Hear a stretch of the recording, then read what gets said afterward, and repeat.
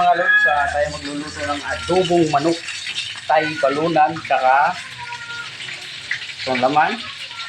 Tama natin itong itong atay. At yun, ang ating balunan. Pinamantika natin siya. Hindi tayo gumamit ng mantika. Kasi marami na mantika yung balunan. Ang ating sibuyas, bawang. Hintayin lang natin siyang pumula ng gusto. Ang daming mantika natin nakukuha.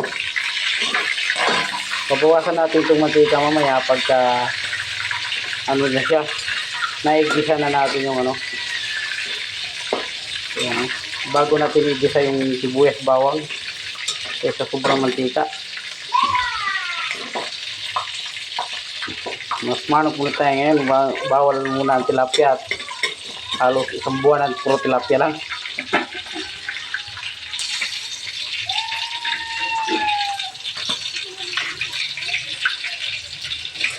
Parang chicharon na yan siya, chicharon balunan pagka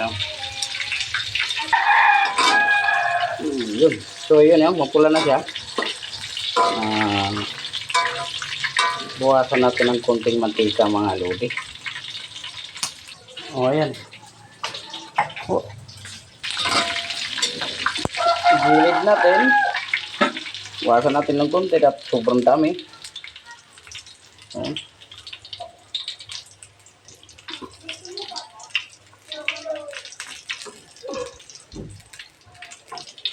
Grabe mantika, dami. So yun na. Isa na natin yung ating sibuyas, bawang.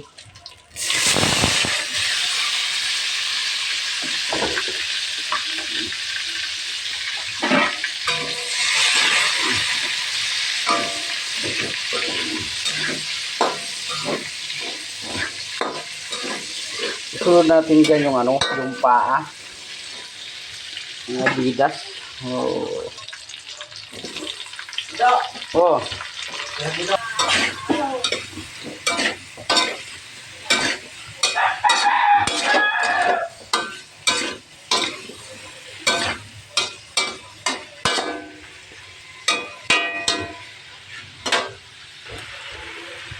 Ayan, nandito na rin yung laman. Yung panguliho natin ng atay, kasi ang atay madali lang ho maluto.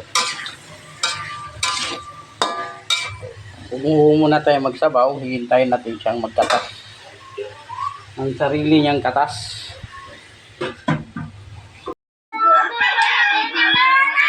Siyempre, haluin natin muna. Kaya may mga katas na siya. Pagkulo ng katas niyan, saka natin ngayon ilalagay yung atay at titimplahan natin siya. Ayan, nilagay na natin ang ating atay kasi kumulo na yung ayan, may sabaw na siya kaya ayan, sumabaw na siya pakunti lang. Ngayon titimplahan natin yan mga lupa, ang tuyo, suka, mamaya pa. Hayaan muna natin siyang lumambot ng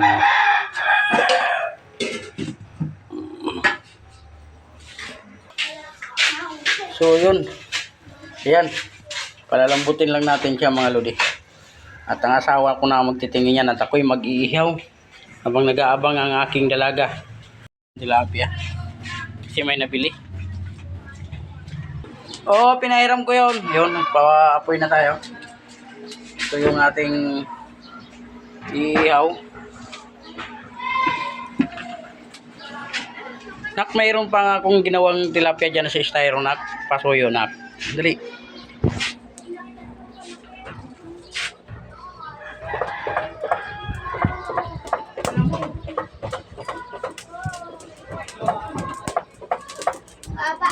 Okay na. Order din kasi, nak. Order yan eh. So, yun. Mag-ihaw na ako mga kalodi. Diyan muna kayo. Bye-bye. Hintayin nyo lang magluto yung at kakain kami.